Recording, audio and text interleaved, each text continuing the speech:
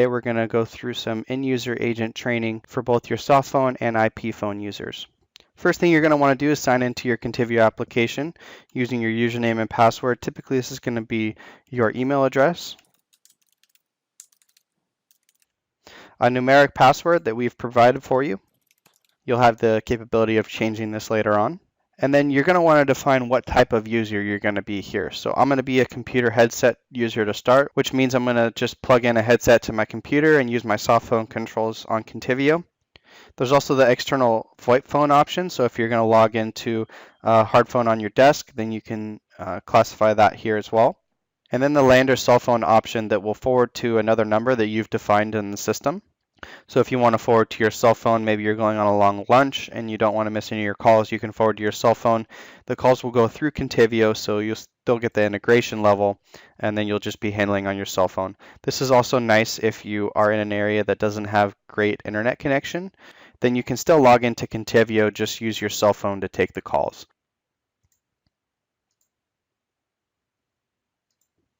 Now that I'm logged in, you can see a bunch of different tools that I have at my disposal. Now I'm going to break these down by section and go through each control to let you know what they are used for. But I just wanted to note that all of these icons are intuitive, so they'll let you know exactly what they're used for. And as well, we have a help guide that will bring you to a web page that shows all the different controls that we have. The main sections that I want you to pay attention to in the help guide are going to be the app navigation. That's going to break down all the different controls by section, similar to how I'm going to do today. And then there's also a cheat sheet that shows you all the different controls. You can print it out, and as well it's going to have the IP phone controls, so how to log into an IP phone, log out, change your break status, all that good information there. Getting into the SoftPhone application, we're first going to have the status menu in the top left part of the page. That's going to be a drop-down menu where you can log out at the end of your workday, as well as manage your break statuses throughout the day. So as an agent, I can go on a lunch break, and as you can see in the media heartbeat below, it updates and starts to count up that break that I'm on. Nonetheless, the green ready status is going to be the only status that allows your agents to receive inbound media, so voice, live chat, email, SMS. The only way that they're going to receive those is by being in the ready status. Just to the right, it's going to show my agent information. So again, I'm Mason Console. My extension, my phone extension is going to be 1006. So if you wanted to pass that off to other agents internally. And then the IP that's showing that you're connected to is going to show just below there. Now just below, we're going to have the supervisor bar that's going to have a bunch of advanced controls. Moving from left to right, we're first going to have the stop monitoring icon. As an agent, if a customer requests not to be monitored, then you can click on that stop monitoring icon there. The supervisor whisper, so as a supervisor, if I'm monitoring an agent's call, then I can whisper into their ear so that the customer can't hear, maybe to give them pointers or information to get across to the customer. Ultimately, I can barge into the call if I need to help out with the sale or, recover that customer relationship. I can do that as a supervisor with this barge-in icon. We're going to have on-demand stop and start recording here. So if you wanted to stop a recording, if you're taking down sensitive information and then start it again after, you can do that all through the bar up top here. And then also you can just always start recordings on demand if you don't already have 100% recording set in the back end. As an agent, you're typically given a time period to wrap up your call. This is usually about 20 or 30 seconds for you to finish up your call notes, set your disposition in this call information section just below. And if you ever need to extend that time period for any reason, just go ahead and click the wrap up icon here. What this will do is extend that wrap up period indefinitely. So what you're going to do is come in through the call information section and then manually dismiss that call data or ready back up through the status menu up top. This identity tab is where you can manage and select your outbound caller ID. And then the category tab just to the right can be used for a similar purpose, basically changing your outbound identity, but it will also change your queue routing rules for the outbound communications. This play audio tab is for manually injecting audio into calls. So if I have anything like terms and conditions or terms of purchase, I can inject that in the call at any point. This scheduled calls tab is actually just a shortcut to the scheduled calls section that we'll go over a little bit later. This work status icon is going to bring up a dashboard page for you to view your own personal progress. And as you can see when it comes up here, I'm going to have a full view of my call center, the call volumes for the day, distributions for agents, as well as live calls in the queue, live statuses of my agents here. Now, because I'm a supervisor, this brought up the full dashboard, so you can see all the agents are ticked, all the different queues. As a standard agent, this is just going to have my own name ticked, but I'll be able to see, my statuses throughout the day, the call distributions, and be able to keep track of my own work activity. Now, lastly, on the supervisor bar, you're going to have the mute icon to mute your agent if you don't want the customer to hear what you're saying. Moving down into the telephony bar, this is going to be where your agents spend the majority of their time transferring, making calls, etc. Through the dial box, you're going to be able to type in numbers. So if I type in my own phone number, I can either press the green phone just to the right to place that outbound call, or I can just press enter from that dial box. As you can see in the media heartbeat below, it'll start making that call. I'm going to go ahead and hang up and go through the rest of the controls. We'll get into some scenarios and examples later on. I'm also going to have the soft Dialpad just to the right, so if I wanted to place calls using the Dialpad, I can do that. But what this typically is used for is entering extensions while you're already on a call. So if you hit another IVR, what you're going to need to do is drop down the soft Dialpad and then hit your extensions that way. Again, the green phone will place outbound calls as well as answer inbound calls if you choose. There's also going to be a notification window both on your agent and on the desktop that lets you know about that incoming call. This pause looking button is going to be to place callers on hold. You press that pause button to take them back off a hold. Next, we're going to have the call conferencing icon. This is where you can conference in up to 5 other lines, and we'll get into some scenarios on that.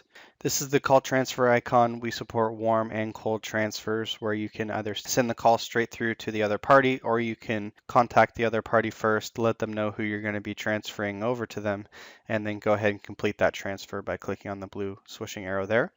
We'll get into some examples for that as well. Hang up, this is going to be for hanging up on any of the media that you're engaged with live. So if you're on with multiple callers in a conference, this will end the conference call, and then you can manage the calls independently through the media heartbeat, which we'll get into some examples of that as well. This is going to be for dialing out to your personal voicemail box. Now you would use this to dial out and either listen to your voicemails. There's also a section to do that in your sidebar menu here. Nonetheless, you can dial out to your voicemail box, listen to your voicemails, as well as set up your personal greeting. Moving into the media heartbeat, again, this is going to be that section that shows all the live media that you're engaged with. Currently, I'm not on any calls or other media types, so it just shows that I'm in the ready status, and I've been in this state for about 2 minutes. Again, if I just switch my status here, it'll restart and start counting my time in that status. Getting into the sidebar menu, that's going to have a bunch of your advanced controls as well. We're first going to have the directory where you can send calls either to queues or to individuals. Again, the first section is going to be for all the different queue options that I have. So if I just want to send it to the correct queue and don't necessarily care who it goes to in that queue, I can do that in this top part here. And then this section just below with the blue folders is where you can actually drop down and view your fellow colleagues' statuses prior to transferring those calls. So if I bring down, looks like Kent here is signed in and available, I can actually transfer it to him directly from this menu by either clicking the blue swishing arrow or clicking the blue phone first and then transferring to him after I've given that warm introduction. As you can see, there's also a third icon here that looks like an eyeball. Now this is because I have supervisor privileges. Now if I wanted to start monitoring Kent, I would just click on that icon there. And as you can see, I'm monitoring Kent now. Basically, whenever he receives a call, I'm going to receive a call notification as well to either accept or decline monitoring him on that call. If I accept, then I'm listening in as a third party, and then I can use those controls that we went over before where I can barge in or whisper into his ear. Now, once I'm done monitoring him, I can just release the monitor in this section here.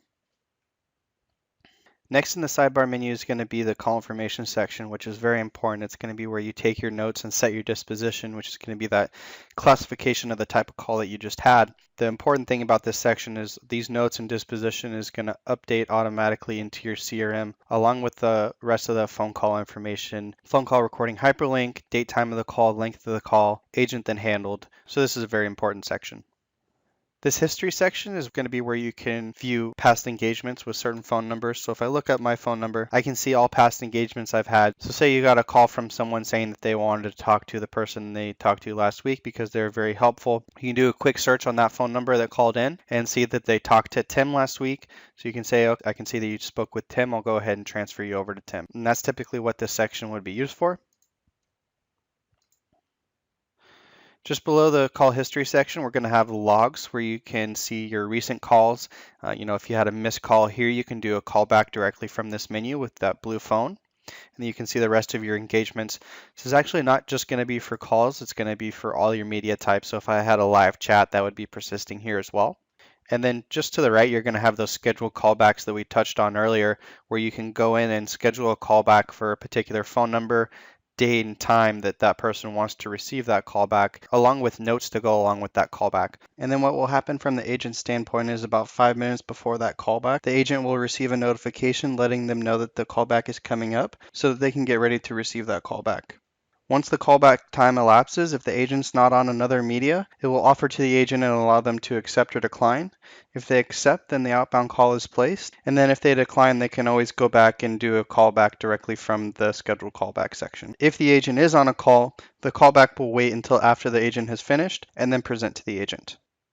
About midway down here is going to be where you handle your live chats, and we'll go over an example of that later on. The rest of the messaging on Contivio is going to be through this messaging section here. So internal messaging, if I wanted to send a quick message off to my colleagues internally, I can do that through this section. If I need to send an SMS, I can just type in the phone number here, type out my message, and then click send.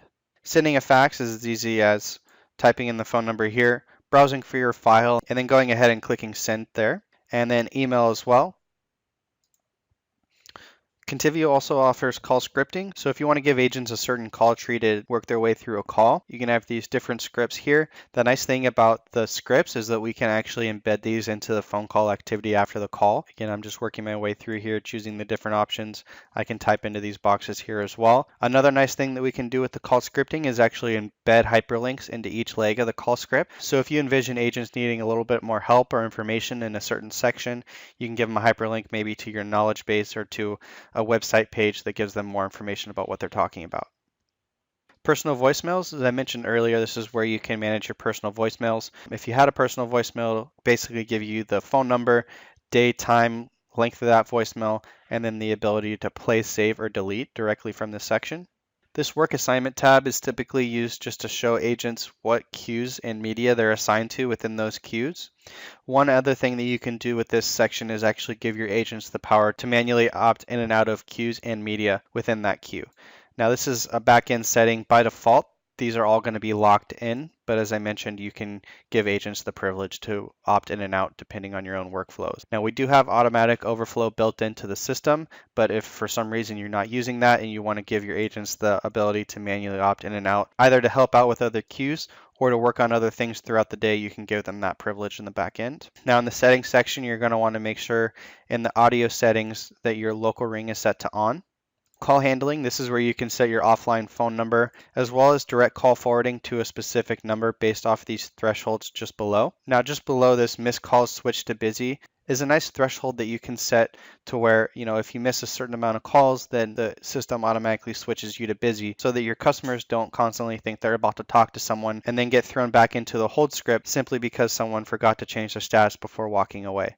We do it internally. It happens. Sometimes you forget to change your status. So we all have ours set on after one missed call switch to busy, because if you're at your desk ready to receive calls, you shouldn't be missing those calls, obviously.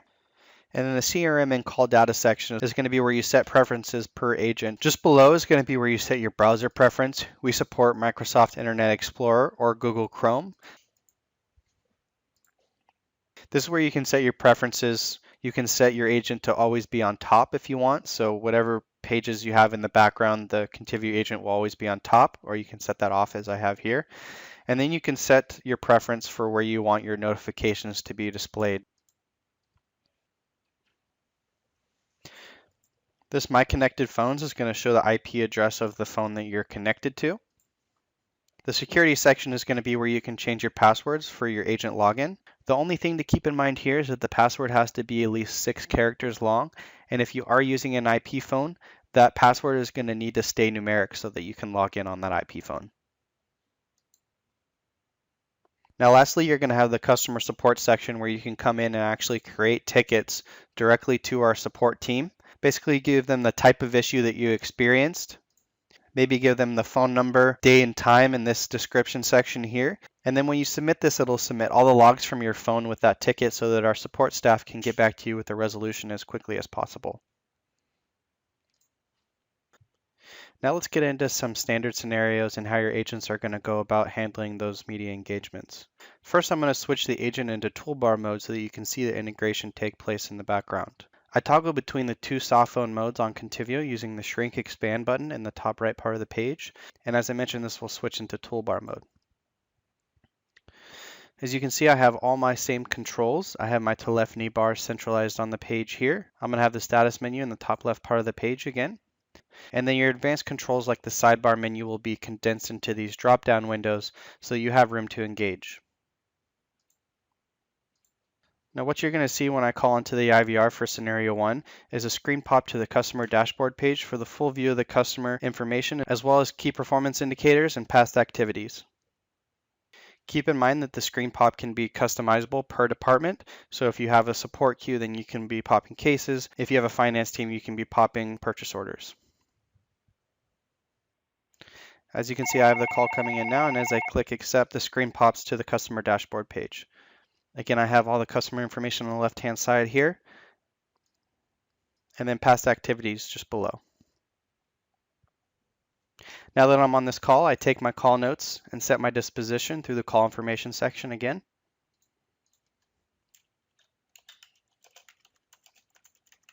And then after that call's over, that phone call activity is going to be created under that customer record to include the call recording hyperlink, date, time of the call, length of the call, any notes that I had taken, as well as my disposition. Now getting back into some of the call control functions, I'll switch back to the floating app mode and we'll start to practice some transfers and call conferencing. First, I'll call out to my cell phone.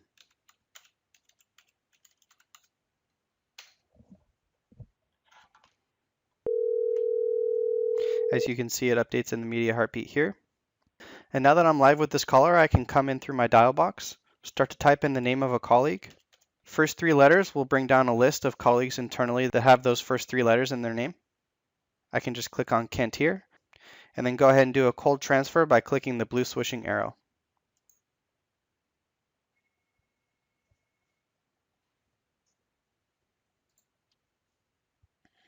Now if I wanted to give Kent a warm introduction to the caller, I'd go about it the same way by first typing in his name in the dial box. Again, first 3 letters will bring up his name. And now instead of pressing the blue swishing arrow, I would just call Kent internally by clicking the green phone. Now as you can see through the media heartbeat, the initial call was automatically put on hold, and now I'm connected with Kent talking about the caller that I have online. Now once I'm done giving Kent the introduction to the caller, I just press the blue swishing arrow to complete that transfer. Now creating a call conference is going to look very similar to doing a warm transfer, where I'm going to come in through the dial box, type in the name of a colleague, and then call them internally first. Again, that places the initial party on hold, and I'm just connected with Kent now.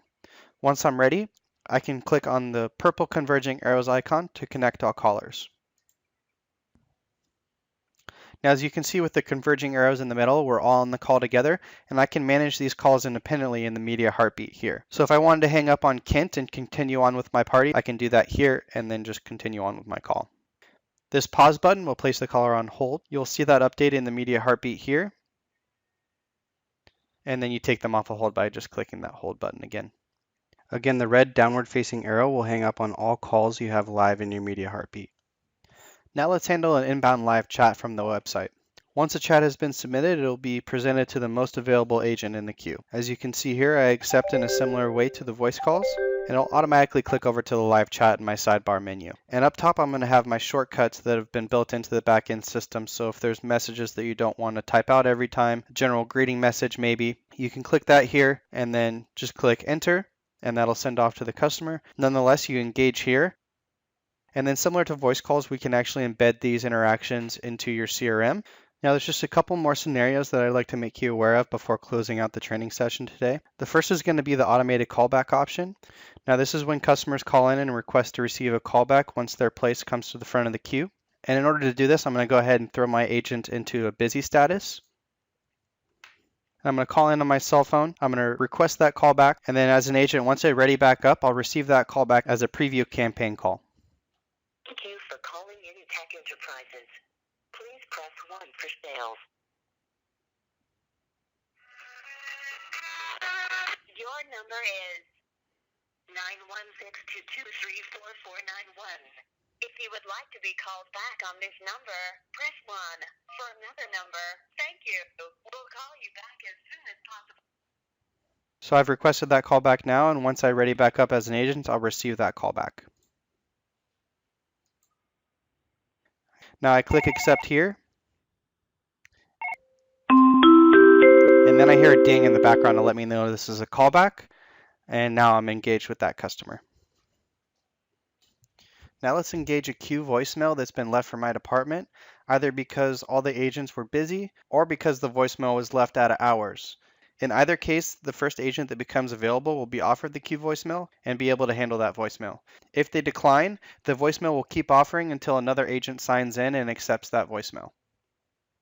So as I go to ready up here, I can see that queue voicemail coming in just like any other media type, and the notification lets me know that it's a queue voicemail. So I accept here, and then I get the media player to pop up. And I can choose to end or open up that message again. Now again, once I'm done with my work for the day, I just navigate through the status menu and log out.